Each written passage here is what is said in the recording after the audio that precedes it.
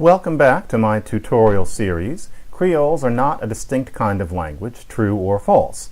Or, do linguists have any reason to be interested in these languages as opposed to historians and anthropologists? Lesson 5. Does anything about Haitian Creole disprove Creole exceptionalist claims? You'll often hear that it does. However, the idea is extremely problematic. For one thing, you will often find there are 4 planks to what you'll often see about Haitian Creole.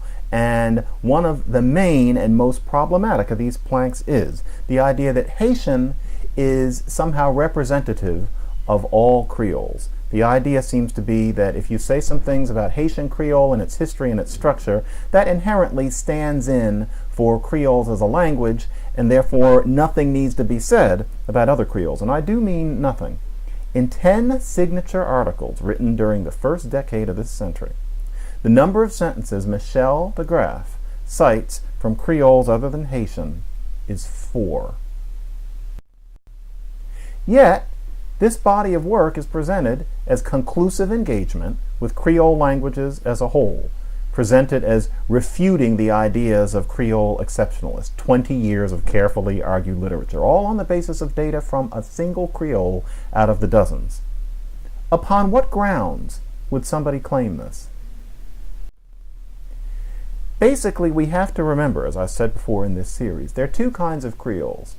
A great many Creoles have formed diglossically with their lexifiers. That is all of the French Creoles, including Haitian. That is Cape Verdean Creole Portuguese. That is the English continuum Creoles, like Jamaican. Then there's some Creoles that have developed isolated from their lexifier languages, such as the Creoles of Suriname, the Portuguese Creoles of the Gulf of Guinea, or Toppissen and its sisters. Negerhollands is another one of those, the Dutch Creole. It's the ones that are isolated from their lexifier languages that display what is considered to be prototypical, if you want to call it that, Creole features most directly. So, in that light, we have to see something like this in itself clever presentation of Haitian Creole, showing, if you look, that there's a great deal of derivational morphology in an ordinary passage of Haitian Creole like this. Now, never mind that the Creole exceptionalist claim is not that Creoles don't have any derivational morphology, but that when it comes to, for example, McWhorter's idea, the issue is the semantic transparency of it. Never mind that. It's still important to show that Haitian Creole has plenty of derivational morphology because there have been sources that could be read as implying that derivational morphology is universally flushed away in Creole Genesis. Crucially, however, de Graaf, in a clever in itself presentation like this, implies that all Creoles harbor lexifier traits like that to the degree that Haitian does. It's implied that that's what Creoles are like, rather than just Haitian or just French-based Creoles. But in fact, no such demonstration on derivation would be possible for Suriname, the Gulf of Guinea, or Tokpisin and its sisters, which really should be called, as Rick Goulden tried back in 1990 and it didn't stick but should have, the Bislamic Creoles. I'm going to start calling them that. Now this is what's important. The taxonomic difference and the therefore structural difference between diglossic and non-diglossic Creoles is not addressed in uniformitarian work. And so, the implication, and a strong one, ends up persisting that what's written about Haitian Creole alone deep sixes anything that Creole exceptionalists have said about dozens of other Creoles. So, for example, Suriname Creoles, like Srana and Saramaccan, may well have incorporated no English derivational morphology at all. I think it's none, but maybe you could make a case that the agentive man was something that was inherited from English's man. Probably not, though, and really that's the only one. Otherwise, the entire battery of English derivational morphology is just gone. Now, another uniformitarian's response to Creole exceptionalists pointing out differences like this is, And I'm not kidding, this is actually his response. Well, who cares? Why is a mule not half a horse and half a donkey? Well, okay, that's one perspective one might have on language contact theory, but I don't think it's one that most linguists interested in the subject would share. This is dismissive and frankly somewhat incurious. Now, de Graaf is quite fond, and he should be, of quoting me saying 20 years ago that Haitian is one of the most Creole of Creoles. I was wrong about that. I thought that Haitian was more like Saramaccan than it is. Now, I was hardly alone. A whole lot more is known about Haitian, partly because of Michel de Graaf's work now, than was known back in the Clinton administration. But I did say most Creole of Creoles, and as a rhetorician, he should keep bringing that up. That is effective debating. However, this is the problem. In arguing that Haitian is not as Creole as someone like me said back in 1998, and therefore implying that Haitian is not as Creole as others, one could say, de Graaf is revealing the flaw in his otherwise presenting Haitian as representative of all Creoles. So, if Haitian is not one of the most Creole of Creoles, then it implies that there are some Creoles that are. And therefore, we must ask again, it comes back around, why is this work presenting Haitian Creole as if it can stand in for any Creole in the world? And, make no mistake, no, Haitian is not a most Creole of Creoles because none of the French Creoles are, because they all have developed diglossically with French. But Haitian is still, I must say, a language whose grammar reveals its social history immediately. Basically, a language with no paradigmatic inflection, yes, we're in prototype territory here, no tone, and just a bit of opaque derivation, which de Graaf has usefully pointed out, but it's just a bit. A language like that reveals itself as a Creole. Creole is not a unitary concept. It's a realm on a cline of language contact defined by degree of pigeonization, or maybe we might want to call it extensive second language acquisition, basic variety, etc. Quite simply, I know of no language of this kind, what I just mentioned, that doesn't have a history of heavy second language acquisition, and I've been looking for a while. I don't know about every language in the world, but nobody's surprised me yet in 20 years, and more to the point. No uniformitarian has ever pointed out such a language. That is the state of the debate. Next, there is an implication that somehow syntactic innovations in Haitian disprove Creole exceptionalism. So supposedly the idea is that Haitian Creole is just so maximally simple that there won't be any kinds of innovations or grammaticalizations or developments in it. And so, for example, you'll find, this is from Abo and de Graaf, 2017, which many people seem to be reading lately, that to say this knife is not made for cutting bread, you can use pou for with both finite and non-finite clauses. That's not true of French, where pour here would only be used with the non-finite clause and not the finite one. Okay, that's something to point out. That's neat. But what are the implications of it? Well, supposedly we're supposed to think that because pou can occur before non-finite and finite clauses, that means that pou operates more complexly in Haitian, and that therefore this is counter-evidence to the idea that a Creole is a kind of language. But really, frankly, for one thing, if anything, the more specific application of French's pour could be argued to be the more complex situation. And let's remember that now we're in this territory that implies that if you know your generative syntax and you're talking about licensing and empty operators, then you understand that there's really no such thing as a Creole. And this is one more example of how that's not true. And for more about that, of course, go back to my lesson 3. But the main point is, okay, let's say that pou operates more complexly in Haitian than it does in French, although frankly it doesn't. All of this is doing a fly over all sorts of other things that make Haitian radically contrast with French and not all of which can be reduced to syntactic parameters. The grammatical gender is gone, contextual inflection is gone, paradigmatic inflection is gone, partitive marking is gone, heterogeneous word order is gone, liaison is gone, no location verb except in interrogative sentences. All this is gone. The idea that drawing syntactic trees somehow shows all of this to be a kind of hand-waving by people who are ignorant of linguistic theory is, we might say, I couldn't resist, missing the forest for the trees. I mean, like syntactic trees. Okay, here's another one that we've been hearing lately. This is the sort of thing you might catch in a talk.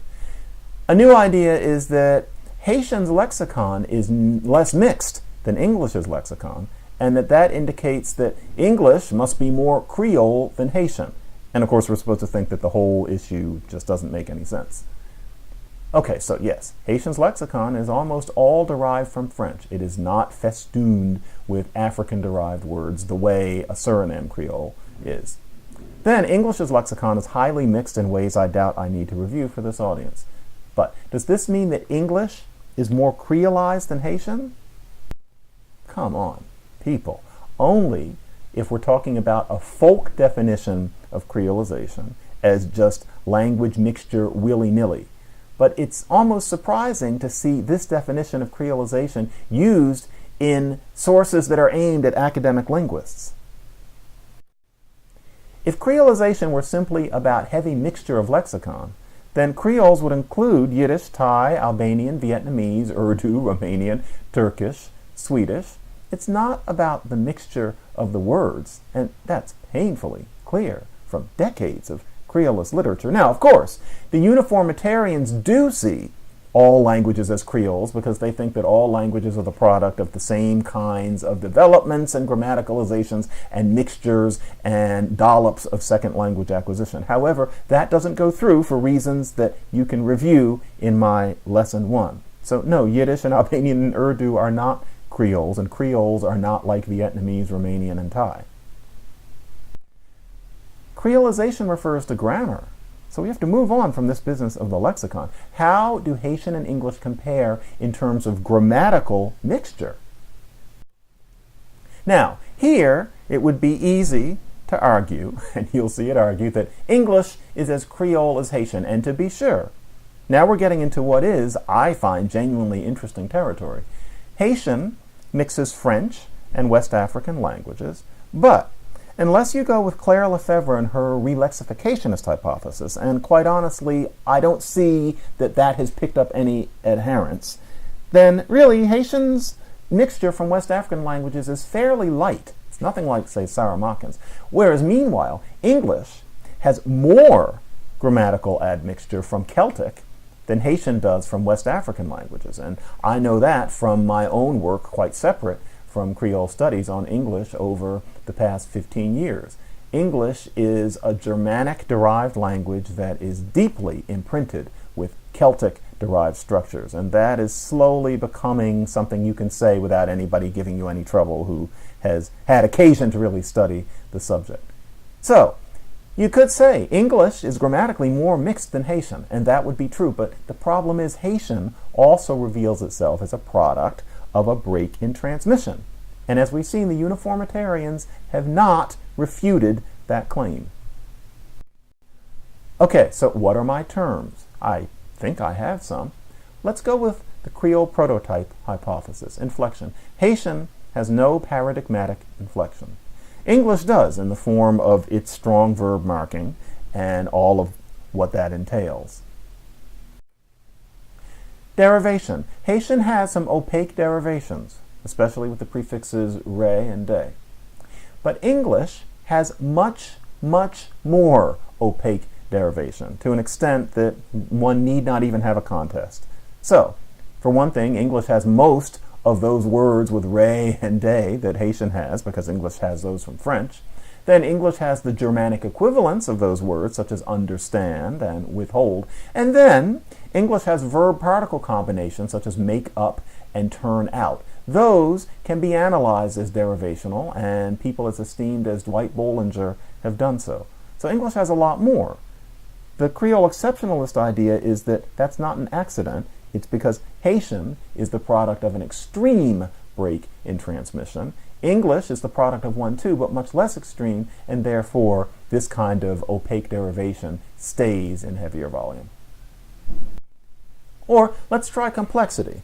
And complexity under the definition that, for example, I have presented in many works, which is much more detailed than just counting affixes, as the uniformitarians continue to slander me and other Creole exceptionalists as promulgating over these past 20 years. The conception of complexity in these articles and books carefully laid out. So, for example, structural elaboration, and I would refer you to my sources for exactly what I meant by that. But English has more structural elaboration than Haitian. English retains some case marking in some pronouns. English has the strong verbs, which mean that you have to master a great many near paradigms and then outright exceptions, which I'll get to, in marking verbs with the past. There is periphrastic do and all of its complications. That's something unique in English within Germanic in terms of its being syntactically required. English has more structural elaboration